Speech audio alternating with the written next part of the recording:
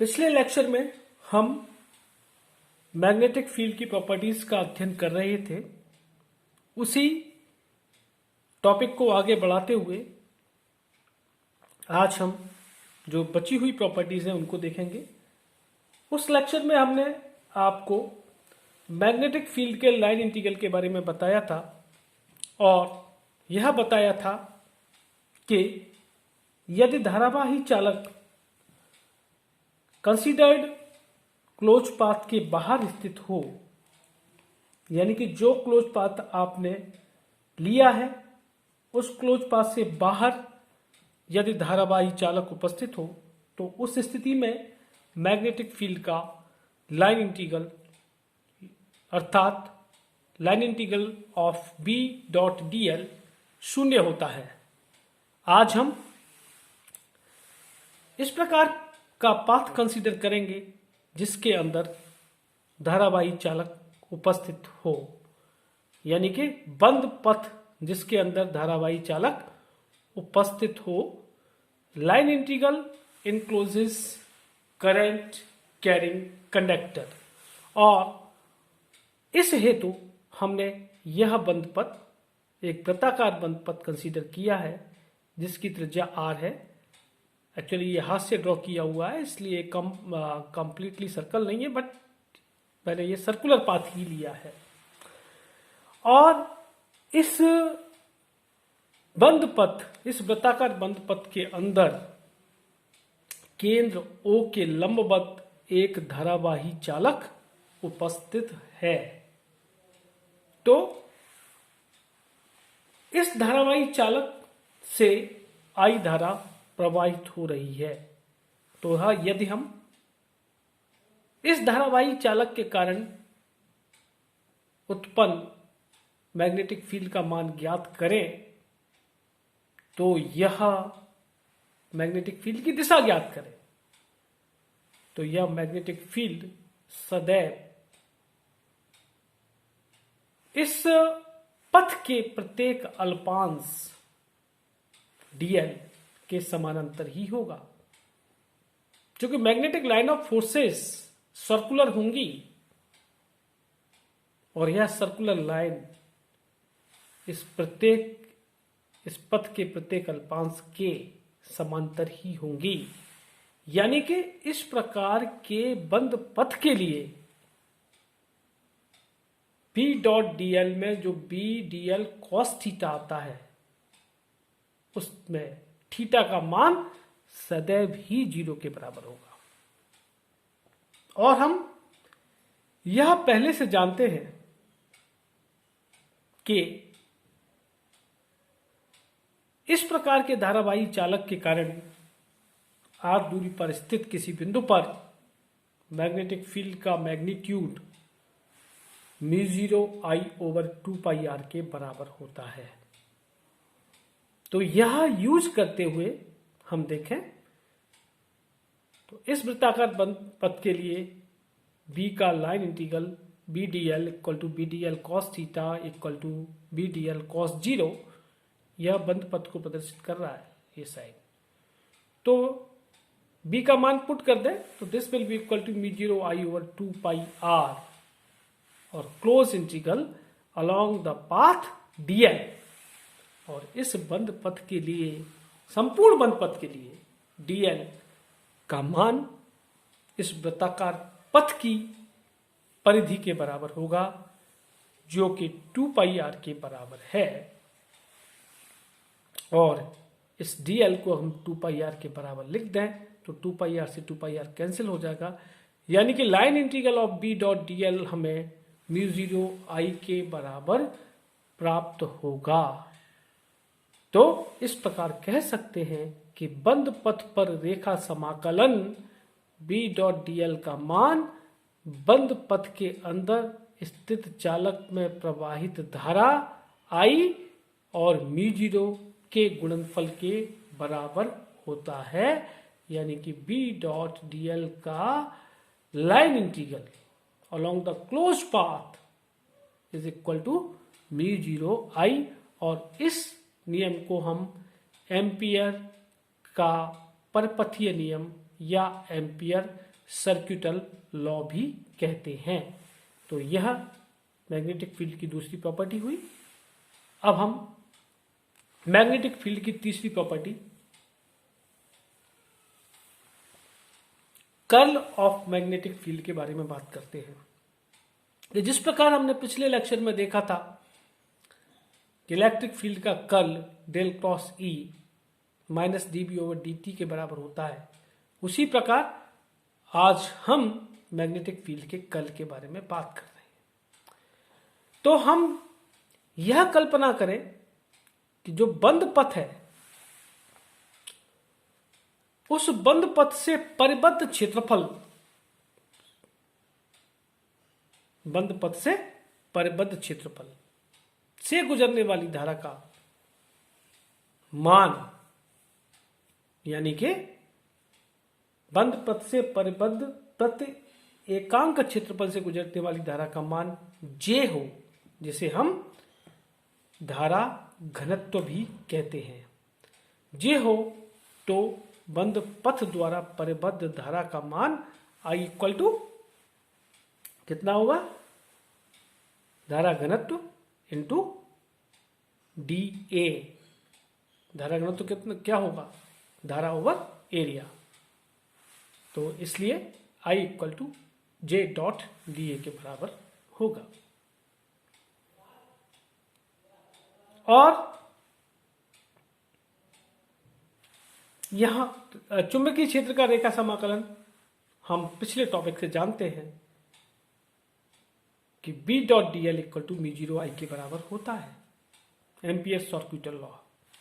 और समीकरण 4 और 5 से हम लिखना चाहें तो लिख सकते हैं कि integration of B dot dl along the closed path is equal to μ0 I की जगह लिख दिया हमने J डॉट dA।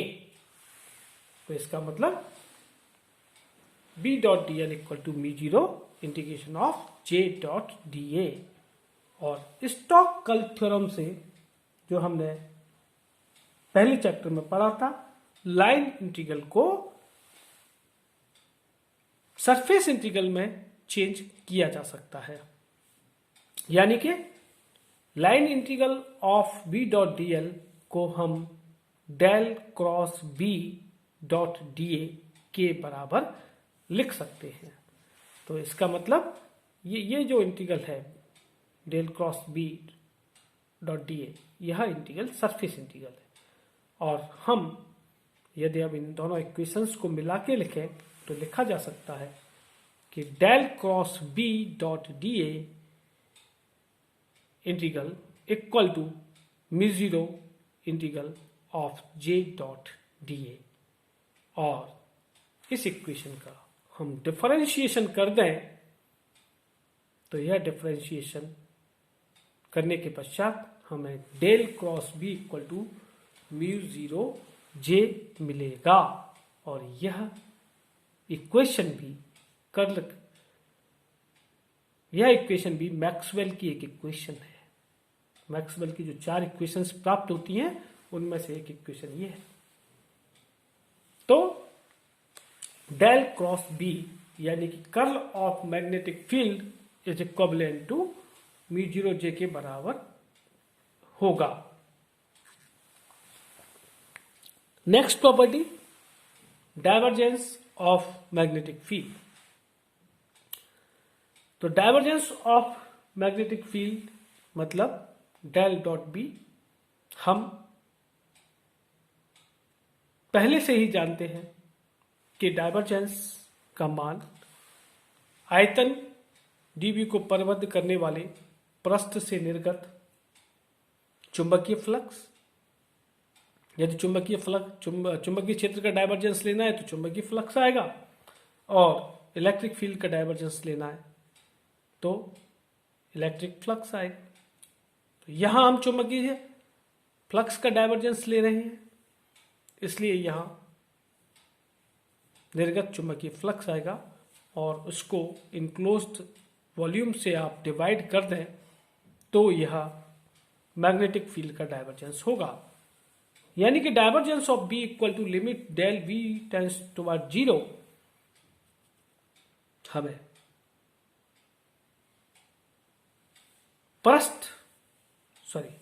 हमें आयतन अल्पांश अत्यल्प लेना होता है, इसलिए डेल बी टेंस टुवर्ड 0 होगा।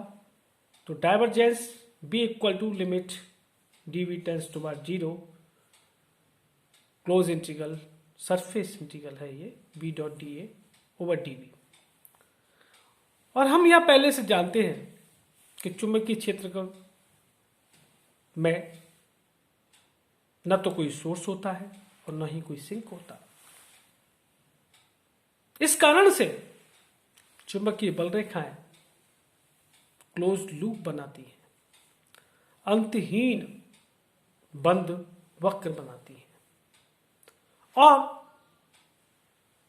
ऐसे क्षेत्र में किसी भी बंद पृष्ठ की कल्पना की जाए तो निश्चित रूप से पृष्ठ से जितनी बल रेखाएं एंटर होंगी उतनी ही बाहर निकल जाएंगी, यानी कि पृष्ठ के अंदर कोई भी बल रेखा नहीं होगी।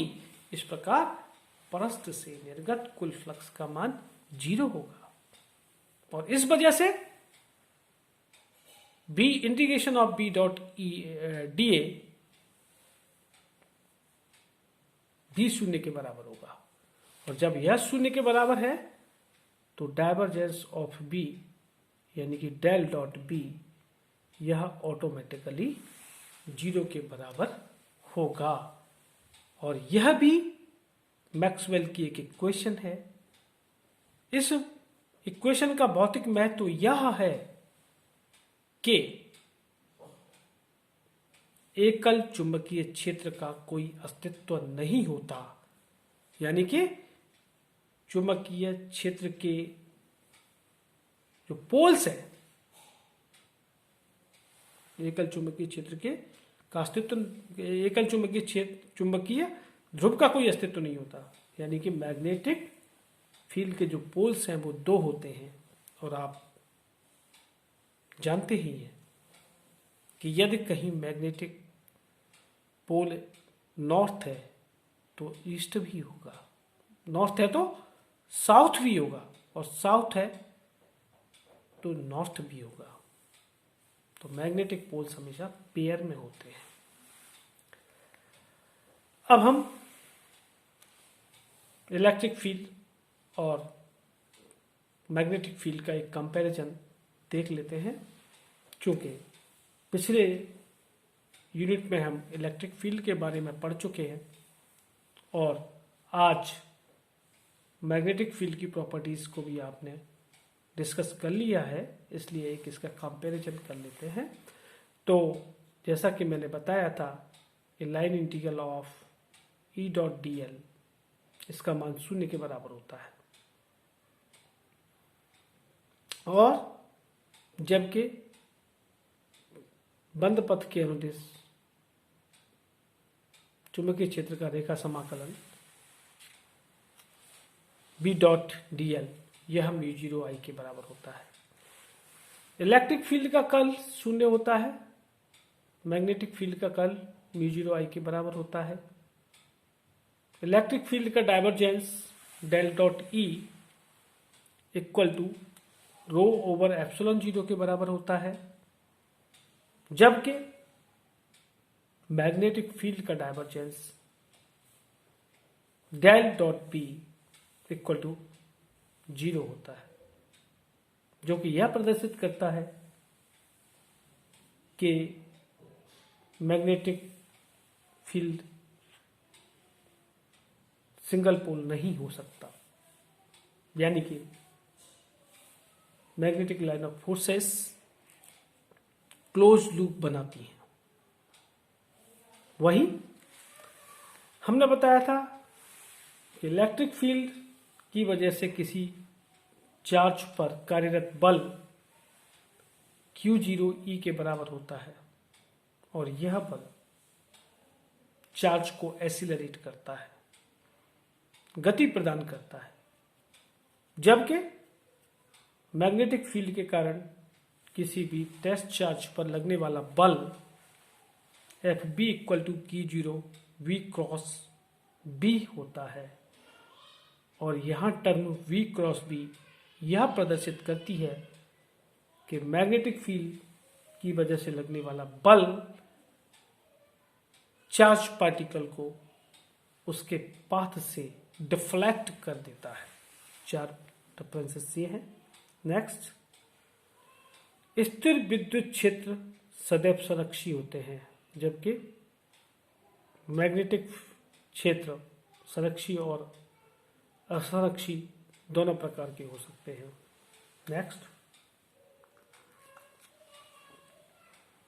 जैसा कि हम डिस्कस कर चुके हैं कि विद्युत क्षेत्र प्रयोगशाला तंत्र के सापेक्ष स्थिर या गतिशील आवेश दोनों के कारण उत्पन्न होता है, जबकि चुंबकीय क्षेत्र केवल गतिशील आवेश के कारण ही उत्पन्न होता है। नेक्स्ट, विद्युत क्षेत्र विद्युत आवेशों का स्वतंत्र क्षेत्र होता है, जबकि चुंबकीय क्षेत्र एक रिलेटिविस्टिक इफेक्ट है, एक आपेक्षिक प्रभाव है। यदि दो आवेश एक दूसरे के सापेक्ष राष्ट्र में है तो इस स्थिति में कोई भी मैग्नेटिक फील्ड प्रोड्यूस नहीं होगा, जबकि एक आवेश स्थिर है और उसके रेस्पेक्ट में कोई दूसरा आवेश गतिशील है तो उस गतिशील आवेश के द्वारा उस रेस्ट आवेश के लिए मैग्नेटिक फील्ड प्रोड्यूस होगा। नेक्स्ट, विद्युत क्षेत्र के द्वारा आवेशित कण को त्वरित या मंदित किया जा सकता है। जैसा कि हमने आपको बताया था कि इलेक्ट्रिक फील्ड पार्टिकल को, चार्ज पार्टिकल को एसिलेरेट भी कर सकता है, एसिलेरेट करता है या डी एसिलेरेट करता है, उसकी गति में परिवर्तन करता है, जबकि मैग्नेटिक फील्ड उसके पाथ को डिफ्लेक्ट करता है, केवल एसिलरेट या डी एसिलरेट नहीं करता। नेक्स्ट, विद्युत क्षेत्र का ऐसा यूनिट न्यूटन पर कूलम या वोल्ट पर मीटर होता है, जबकि मैग्नेटिक प्रेरण बी मैग्नेटिक फील्ड कहते हैं, लेकिन यह मैग्नेटिक इंडक्शन है बी, क्योंकि B equal to mu zero H होता है और इसमें बी कहते ही माध्यम शामिल हो जाता है और इसका ऐसा यूनिट न्यूटन पर एम्पियर मीटर या वेबर पर मीटर स्क्वायर या टेस्ला होता है। और अगर आप विमाएं देखें, डायमेंशंस देखें, तो इलेक्ट्रिक फील्ड की dimension m1 l1 t-3 a-1 होती है, जबकि मैग्नेटिक फील्ड B की dimension m1 l0 t-2 a-1 होती है। तो इस प्रकार आज के लेक्चर में हमने मैग्नेटिक फील्ड की प्रॉपर्टीज और इलेक्ट्रिक और मैग्नेटिक फील्ड में डिफरेंस को समझाया था। Thank you.